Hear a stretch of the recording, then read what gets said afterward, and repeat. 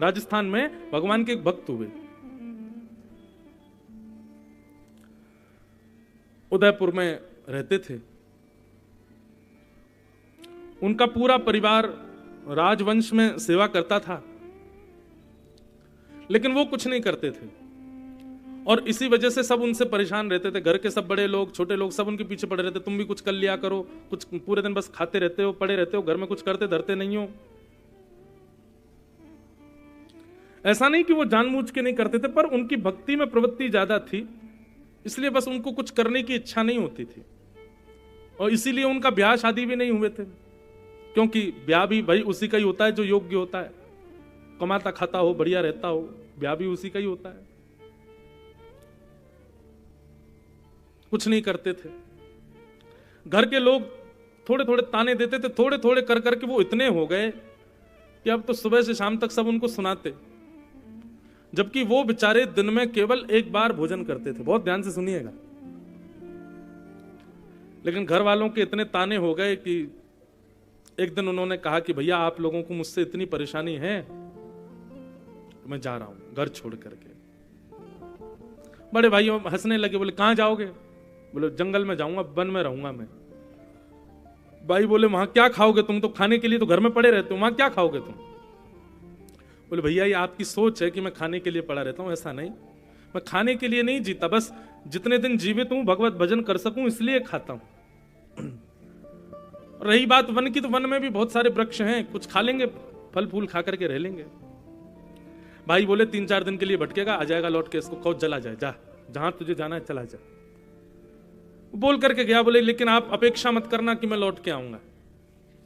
भाइयों ने कहा तुम वन गए, वन में जाकर के तुम रहने लगे, तुम्हारे वहां प्राण निकल गए तो? बोले प्राण निकल गए तो ठीक है, अच्छा कोई जीव जंतु खा जाएगा। बोले भैया प्राण निकलने पर अंतिम संस्कार नहीं हो तो फिर भूत बन जाते हैं व्यक्ति, तुम्हारा अंतिम संस्कार कौन करेगा? तो उस व्यक्ति ने कहा तुम्हारा कौन करेगा भैया? बोले हमारे तो बच्चे हैं जो करेंगे हमारा। उसने भी कह दिया, बोले मैं राघव जी के लिए पूरा जीवन अर्पित कर चुका हूं, तो मेरा अंतिम संस्कार की चिंता भी श्री राम जी करेंगे, व्यवस्था कर देंगे, कोई आप चिंता मत करो, आप प्रसन्न रहो अपने घर में। और ऐसा कहकर के वो भक्त चला गया। ठाकुर जी नित्य उसके भोजन प्रसाद की व्यवस्था तो कुछ ना कुछ करा ही देते थे, रहता था वन में। धीरे धीरे धीरे वृद्धावस्था आ गई और एक दिन उनके प्राण निकल गए। अकेले विहंगम वन में, कोई दूर दूर तक कुछ नहीं है, ना नातेदार रिश्तेदार, किसी को पता नहीं, प्राण निकल गए उनके।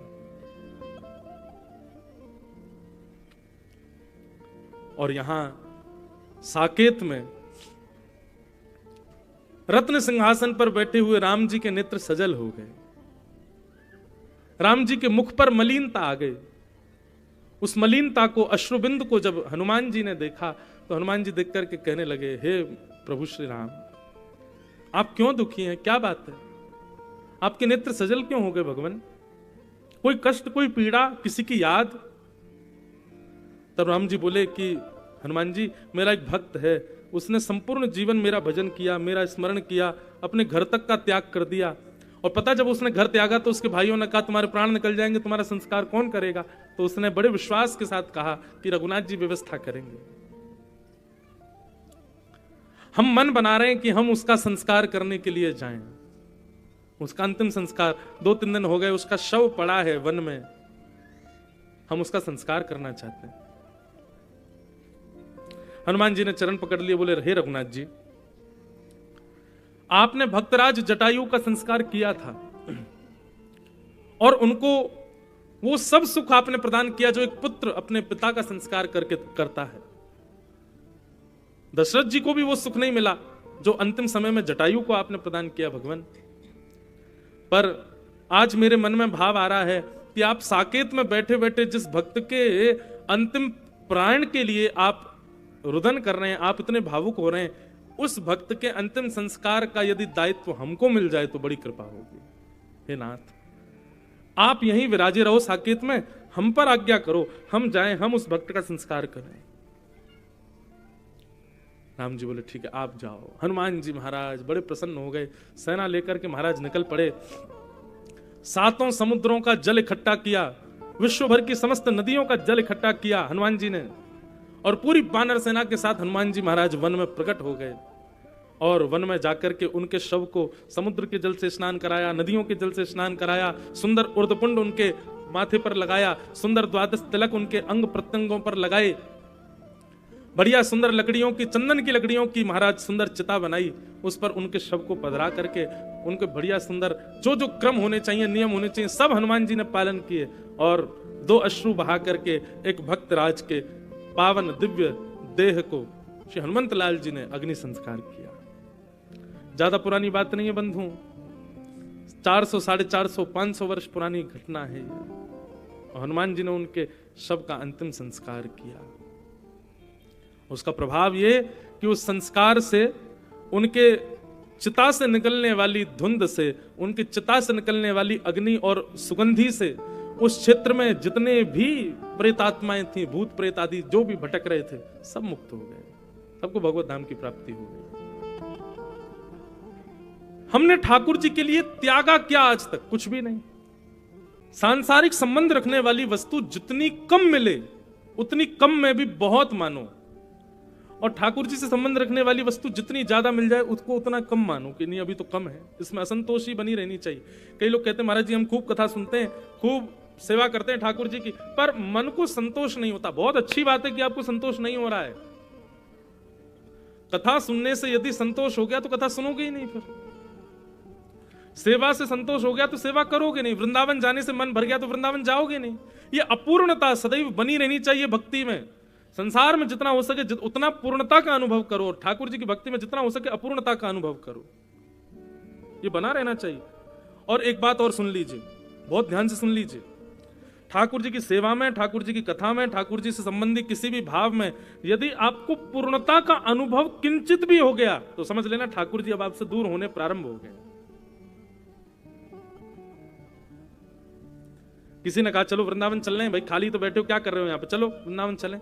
ठीक है, आप जा सकते हो, बन सकती है लीला, आप होके आ सकते हो, लेकिन आपके मन में क्या, सर्दी पड़ रही है यार, कंबल में पड़े रहेंगे, क्या वृंदावन जाएं, मां तो यहां से भी ज्यादा सर्दी है। और ये विचार करके आलस्य के कारण आप वृंदावन जाना अपना स्थगित करते हो, तो ये मत सोचना कि आप नहीं गए हो, ठाकुर जी ही नहीं चाहते कि आप आओ। इसी आपके हृदय में वो आलस्य प्रकट हो रहा है। नित्य कथा सुनने आ रहे हो, एक दिन 2 दिन आ गए, तीसरे दिन अरे यार वही कथा, वही व्यास जी, वही भजन, वही कीर्तन, वही जगह, क्या क्या सुन लेंगे, बात होती रहती है गुना में कथा, कभी और सुन लेंगे। तो ये मत सोचिए कि आप नहीं गए हैं, भागवत जी नहीं चाहती कि आप आओ और सुनो। जिस दिन आपके हृदय में ठाकुर जी की भक्ति, कथा, सेवा के प्रति संतुष्टि सी हो जाए और पूर्णता सी लगने लग जाए, बस हो गया, उस दिन समझना आप ठाकुर जी दूर हो गए। ठाकुर जी कम से कम 10 कदम पीछे चले गए आपसे, तो अब धीरे धीरे पीछे ही जाएंगे। लेकिन एक व्याकुलता बनी है, जैसे प्यासे को पानी की व्याकुलता रहती है, ऐसी आपके भीतर भी व्याकुलता है, कब मेरा काम पूरा हो, कब मैं कथा में जाऊं, कब मेरी ये पूरा हो, मैं तुरंत पहुंच जाऊं। लोग बाग मिलने के लिए आते हैं, तब आकर के बताते महाराज जी हम जा रहे थे, हमको तब पता चला यहां कथा हो रही है तो हम रुक गए। मैं उनसे तो सामने नहीं बोलता, पर मन में भाव आता है आप रुके नहीं है, ठाकुर जी ने रोका है। हमारे तो घर में महाराज जी ऐसे ऐसे ब्याह था, मैंने तो बोल दिया मैं तो उसी दिन आऊंगा, मैं तो कथा सुनूंगा, मुझे तो कथा सुननी। तब मन में भाव आता है तो ठाकुर जी चाहते हैं कि सुने। इसलिए भैया ये सूत्र समझ लीजिए, अगर आप वैष्णव हो तो संसार की किसी भी वस्तु के तनिक उपभोग को भी बहुत मानो, और ठाकुर जी की बहुत कृपा को भी तनिक मानो, ऐसे जी। अभी तो कुछ मिला ही नहीं, अभी तो कुछ हुआ ही नहीं है, अभी तो बहुत कुछ प्राप्त करना है। संतोष हृदय में नहीं होना चाहिए भक्ति के प्रति।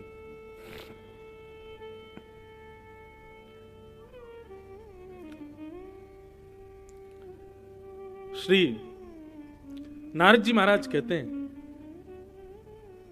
एक प्रसंग याद आया मुझे, कथाओं में कहा करता हूं कभी कभी, कि जब भगवान नृसिंह प्रकट हुए खंभ भेदन करके, हिरण्यकश्यप का वध कर दिया भगवान ने, उसके बाद भागवत में वर्णन आता है कि इतना बड़ा स्तुति प्रकरण है नृसिंह अवतार में, शायद ही कोई देव बचा होगा जिसने भगवान की स्तुति नहीं गाई। स्तुति मतलब भगवान को प्रसन्न ना किया हो। तो वहां प्रश्न करते हैं शुकाचार्य जी से, परीक्षित जी इतनी स्तुति क्यों गाई जा रही है? बोले क्योंकि ठाकुर जी भयंकर क्रोध में है, ठाकुर जी को गुस्सा आ रहा है बहुत ज्यादा, और ठाकुर जी के क्रोध के कारण थोड़ी थोड़ी धरती हिल रही है, आकाश में बादल गरज रहे हैं, समुद्र में सुनामी आ रही है, सबको यह भय लग रहा है कि कहीं प्रलय ना आ जाए। अभी तो सतयुग चल रहा है, त्रेता द्वापर कलयुग अभी आने बाकी है, लगता है सतयुग में ही प्रलय हो जाएगी। इसलिए सब आकर के स्तुति भगवान को शांत करने का प्रयास कर रहे हैं।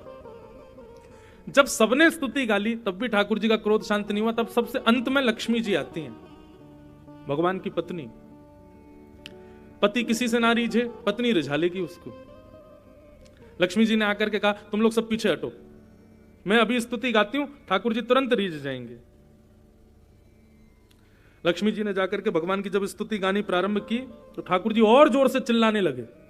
लक्ष्मी जी भी भाग गई वहां से, और बल्कि ये तक और कह गई, बोले ये मेरा पति है ही नहीं, तुमने किसी शेर को बैठा दिया है, और मेरे पति तो बड़े कोमल हैं, वो सुकोमल है, उनका हृदय कितना कोमल, तुम क्या जानो, ये शेर के रूप में कौन बैठा भीतर, ये नारायण नहीं है।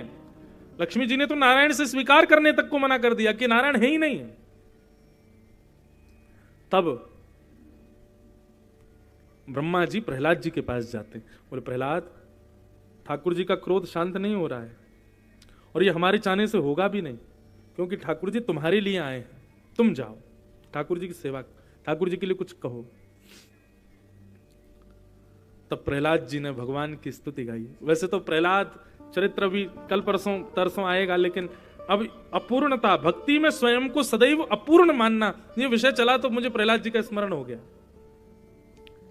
प्रहलाद जी भगवान से कहते हैं कि ब्रह्मादय सुर गुणा मुनयोथ सिद्धा सत्वैकतानमतयो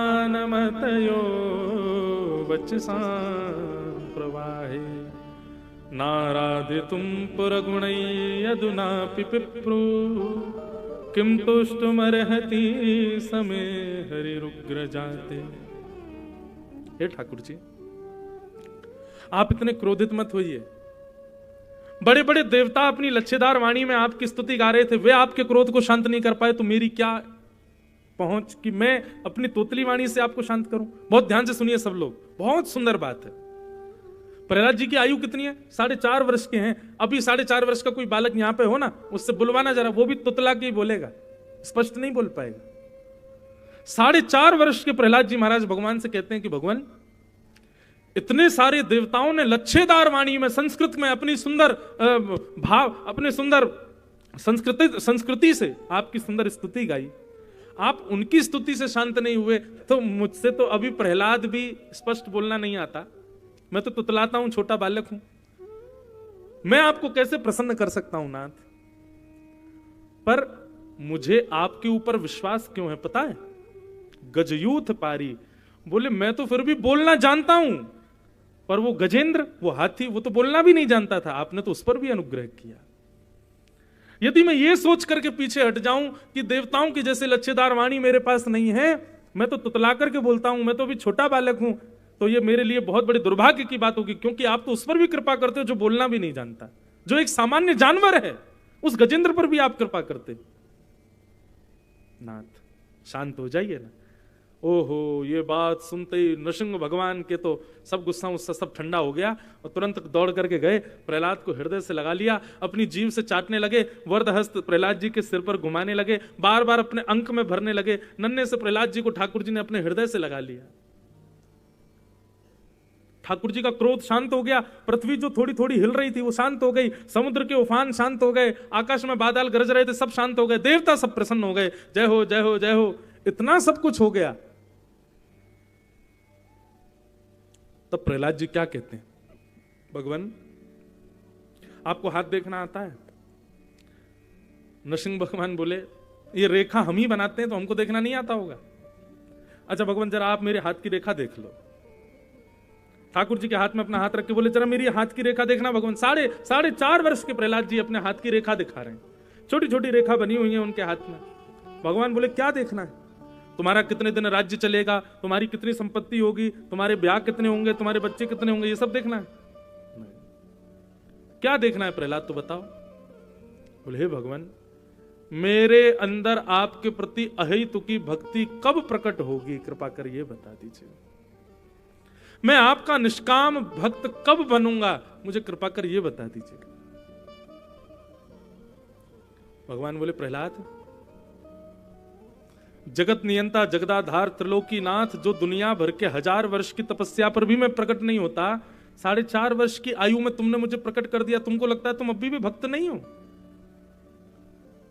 33 करोड़ देवता जिनके मंदिरों में हजारों लाखों की तादाद में लोग लाइन लगा करके दर्शन करते हैं, ऐसे देवता मेरे सामने गिड़गिड़ा रहे हैं, उनकी स्तुति पर मैं प्रसन्न नहीं हुआ, तुम्हारी स्तुति से प्रसन्न हो गया, तुमको अब भी लगता है कि तुम्हारी भक्ति श्रेष्ठ नहीं है?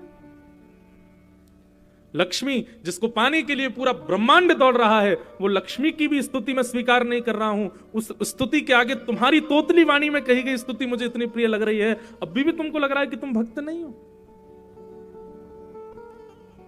तुम्हारे लिए मैं खंभ से प्रकट हो गया, एक अद्भुत अवतार नृसिंह लेकर के मैं प्रकट हो गया, तुमको अभी भी लगता है कि तुम भक्त नहीं हो? इसे कहते हैं भक्ति। यहां हम गिरिराज जी की पैदल परिक्रमा लगा लेते हैं तो हमको इतना अभिमान हो जाता है कि 4 लोगों से कहेंगे हाथ दबाए, पैर दबा, भाई यार थक गए यार, हमने एक बार में पूरी परिक्रमा रुका नहीं हूं मैं बिल्कुल भी, इसी में ही अभिमान हो गया। महाकाल भगवान की सुबह 3 बजे उठ करके भस्म आरती करके आए आगे बैठ करके, और भस्म आरती करने के बाद महाराज बाहर निकल करके आए, 2 बजे उठ गए थे रात को, 2 बजे उठ करके स्नान किया, स्नान करके महाकाल की हम मंगला आरती करने गए, देखा महाकाल भगवान ने सबसे आगे बैठा करके हमको दर्शन दिया, अभिमान आ गया, इतने में ही अभिमान आ गया। 7 दिन एक आसन पर बैठ करके कथा सुन ली, तो फिर आदमी को आदमी नहीं समझ रहे हम, पैर ऐसे से ऐसे भी नहीं किए हमने, एक आसन पर बैठ के पूरे, बस इतने में ही अभिमान आ गया। और यहां प्रहलाद के लिए भगवान नृसिंह बनकर के प्रकट हो गए, तब भी प्रहलाद जी कहते हैं कि भगवान मेरी हाथ की रेखा देख के बताओ मैं आपको भक्त कब बनूंगा। इसको कहते हैं अहेतुकी भक्ति। अपनी भक्ति में कभी भी संतोष मत करना बंधुओं, नहीं बहुत कर लिया मैंने, नहीं, अभी तो कुछ नहीं किया हमने, अभी तो हमारी भक्ति अपूर्ण है, हमारी भक्ति में कोई श्रेष्ठता योग्यता है ही नहीं। इसलिए मैं कह रहा हूं, इस बात को लिख लीजिए, संसार की उपभोगी वस्तु इतनी भी मिले तो उसको इतना मान करके जियो, और ठाकुर जी की भक्ति इतनी भी मिले तो उसको सूक्ष्म मान कर करो। अभी तो कुछ मिला ही नहीं, अभी तो कुछ हुआ ही नहीं हमारे साथ।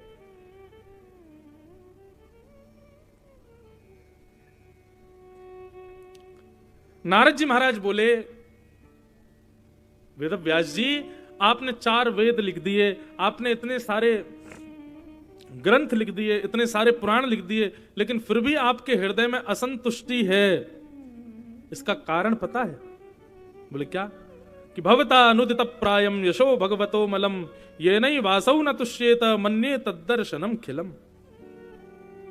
क्योंकि आपने भगवान के निर्मल यश को नहीं लिखा, आपने भगवान की भगवत्ता का वर्णन तो बहुत किया है कि भगवान श्रेष्ठ कैसे, भगवान कैसे, भगवान की योग्यताएं कैसी, पर उन भगवान का स्वभाव कैसा है ये आपने कहीं भी नहीं लिखा, इसलिए आपका मन अशांत है।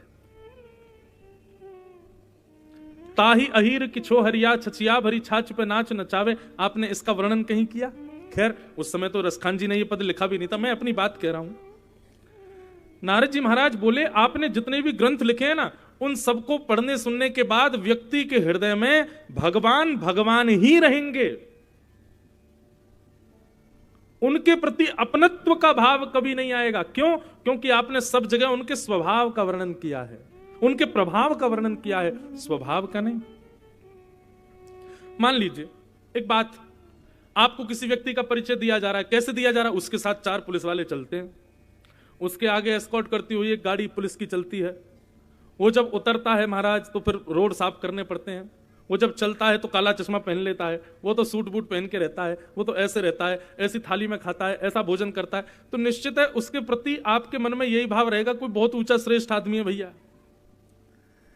लेकिन आपको उसके बारे में दूसरा पक्ष सुनाया जाए, बोले क्या, बोले छोटे छोटे बच्चों के संग खूब खेलता है, अरे वो तो महाराज अपने सब एस्कॉर्ट छोड़ छाड़ करके एकांत में आ जाता है, क्रिकेट खेलता है, खूब छक्के मारता है, यूं करता है त्यों करता है, सबके संग बैठ के चाय पीता है, सबके गले में गलवैयां डाल करके घूमता है। तो निश्चित है कि उस व्यक्ति के प्रति आपके जब उसका स्वभाव बताया जाएगा तो अनायास प्रेम हो जाएगा।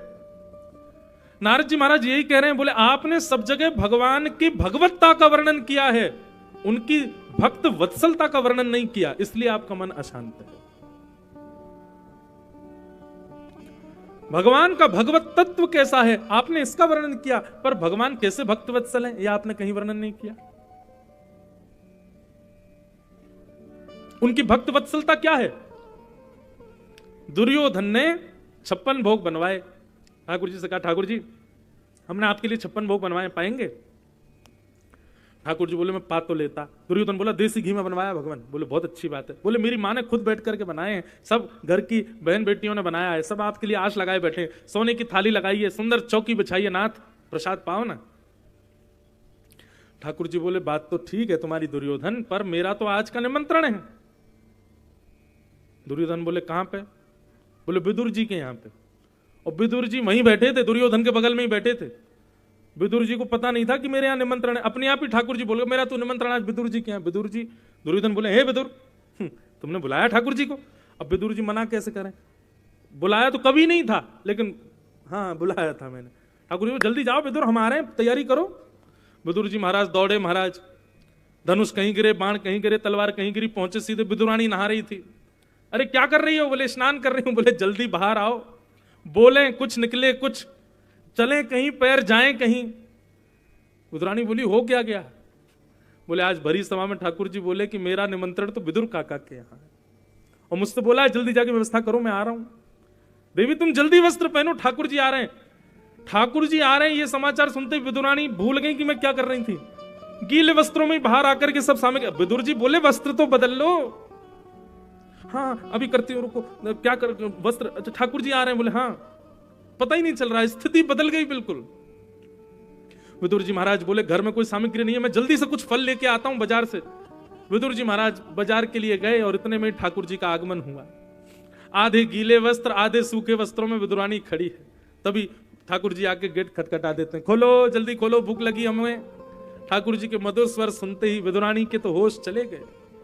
द्वार खोल करके देखा तो शंख चक्र गदा पद्मधारी श्रीमन नारायण द्वार पर खड़े। ये ठाकुर जी का स्वभाव है। दुर्योधन की मेवा त्यागी, साख विदुर घर खाई, सबसे ऊंची प्रेम सगाई। सोचो बंधुओं, मैं कभी कभी कथाओं में बताया करता हूं, ठाकुर जी यदि हमारे जीवन में आएंगे तो हमारी स्थिति क्या होगी। ठाकुर जी यदि कभी हम पर अनुग्रह करेंगे तो हमारा व्यवहार, हमारी स्थिति कैसी हो जाएगी। तो सबसे पहला जो होगा वो क्या होगा, आपकी याददाश्त इतनी भी जा सकती है कि आप अपना नाम भी भूल जाओ कि आप कौन हो। बच्चे, परिवार, प्रॉपर्टी, ये तो बहुत दूर की बात है, आप खुद को भी भूल सकते हो कि मैं कौन हूं। ठाकुर जी जीवन में आ गए तो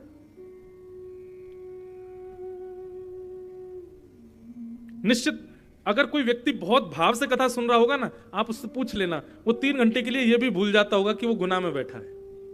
उसके चित्त से ये बात चली जाती है। ठाकुर जी जब जीवन में आएंगे तो सबसे पहला क्या होगा कि आप अपनी स्थिति से परे हो जाओगे, आप देहाभिमान शून्य हो जाओगे, चलोगे कहीं, पैर रखोगे कहीं, बोलोगे कुछ, निकलेगा कुछ। ये सबसे पहली स्थिति है भगवत प्राप्ति की। एक प्रकार से भगवत प्राप्ति करने वाला व्यक्ति संसार के लिए उसका एक नया नाम हो जाता है, पागल। अभी हमारे किसी काम का नहीं है, ये पागल हो चुका है। विदुरानी जी ने जब ठाकुर जी को देखा तो 45 मिनट तक तो देखती रही, नेत्रों से आंसू। ठाकुर जी बोले काकी जी ऐसे मेहमान नवाजी करते हैं, हम यहां खड़े हैं द्वार पे, आप भीतर तो बुलाओ। हमारे यहाँ कोई मेहमान आते हैं ना तो हम लोग घर सजाते हैं, बाहर तक पुष्प बिछा देते हैं, उसके लिए पटाखे वटाखे लगा देंगे कि आओ, आते ही महाराज वो यूं कहे कि क्या बात है। ये सांसारिक मेहमानों के लिए इतनी व्यवस्था कर लोगे, लेकिन ठाकुर जी आएंगे जिस दिन घर पर, उस दिन आप कोई व्यवस्था नहीं कर पाओगे। और व्यवस्था अगर आपने कर ली तो समझना ठाकुर जी नहीं आ रहे हैं, कोई और ही आ रहा है। क्योंकि ठाकुर जी आने वाले होंगे तो इतनी सुध-बुध होगी नहीं कि आप व्यवस्था कर सको।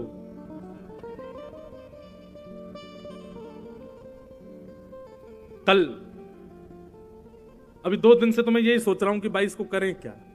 अभी अभी मन में ये भाव आया कि यदि पता चल गया कि हम क्या करें तो ये समझ लेना राम जी आए ही नहीं। यदि ये भाव पता चल गया कि ऐसे ऐसे करेंगे, ये करेंगे, वो करेंगे, तो समझ लेना कि अभी रघुनाथ जी की कृपा हुई नहीं है, क्योंकि तुमको पता है कि तुमको करना क्या है। स्थिति हो जाए कि पता ही नहीं चल रहा कि करे क्या, तब समझो हाँ अब राम जी आ रहे हैं। पता ही नहीं चल रहा, इतनी स्थिति ऐसी हो गई कि समझ ही नहीं आ रहा क्या करें, कहां जाएं, क्या खाएं। अभी हमारे ठाकुर जी का भी उत्सव द्वारिका में हुआ। 7 दिन तक विश्वास माने ये भी नहीं पता होता था कि भोजन कब किया हमने आखिरी। और अगर आप हमसे ये पूछ भी लो कि भोजन करके आए हैं अभी अभी महाराज जी क्या था भोजन में, तो ये भी नहीं पता होता करके क्या है, बस खा लिया, जो था पा लिया। इतना भी पता नहीं क्या खाया, कौन से दिन क्या पहनना है, क्या कुछ नहीं पता। सबके लिए लोगों से कहा भाई तुम ही बता देना हमको पहनना क्या है, क्या धारण करना है, कहां जाना है, कुछ, क्योंकि तन की स्थिति तो पता ही नहीं थी कि अब कब कहां कैसे क्या करना है। ये भगवत प्राप्ति का प्रथम लक्षण है। विदुरानी जी ने स्वागत किया, ठाकुर जी को बैठाने के लिए पाटा भी उल्टा बिछा दिया। ठाकुर जी भी देख करके कुछ बोले नहीं, उल्टे पे ही बैठ गए। कदली फल तोड़ करके लाई, ठाकुर जी की रूप माधुरी को देख करके इतनी सुध-बुध भी नहीं थी कि फल खिलाएं, छिलके खिला दिए। ठाकुर जी पा लिए। इतने में विदुर जी आ गए। विदुर जी ने आके देखा फल दूर पड़े हैं, छिलके खवा रही है। हाथ पकड़ लिया, अरे राम राम राम राम, हमारे कर्म फूट गए। आज पहली बार ठाकुर जी घर पर आए हैं। ठाकुर जी घर पर कोई उनको छिलका खिलाता है क्या? देवी क्या कर रही हो आप? विदुरानी जी रोने लगी, ठाकुर जी क्षमा कर दो, मुझे बिल्कुल पता ही नहीं चला कि मैं छिलका खिला दिए। तुरंत दूसरा फल निकाला। विदुर जी बोले तुम हटो मैं खिलाऊंगा। फल लेकर के फल अपने हाथ से खिलाया। ठाकुर जी ने जैसे ही मुख में फल लिया, फल लेते ही वमन कर दिया ठाकुर जी ने। विदुर जी बोले क्या हुआ? बोले बिल्कुल स्वाद नहीं लग रहा, हमको तो छिलका में ही आनंद आ रहा है। काकी जी आप छिलका ही खिलाओ, फल बढ़िया लग ही नहीं रहे आज तो छिलके ही बढ़िया लग रहे हैं। नारद जी महाराज कहते हैं बताइए वेदव्यास जी ये लीला आपने कहां लिखी है? कहीं भी नहीं। आपने सब जगह भगवान को केवल एक भगवान के रूप में दिखा दिया है, इसलिए आपका मन अशांत है। उनका स्वभाव दिखाओ, वो कितने सरल हैं, वो कितने सहज हैं, वो कितने प्रेमी हैं, कितने सहज भाव पर रीझ जाते हैं। आपने ये कहीं नहीं लिखा।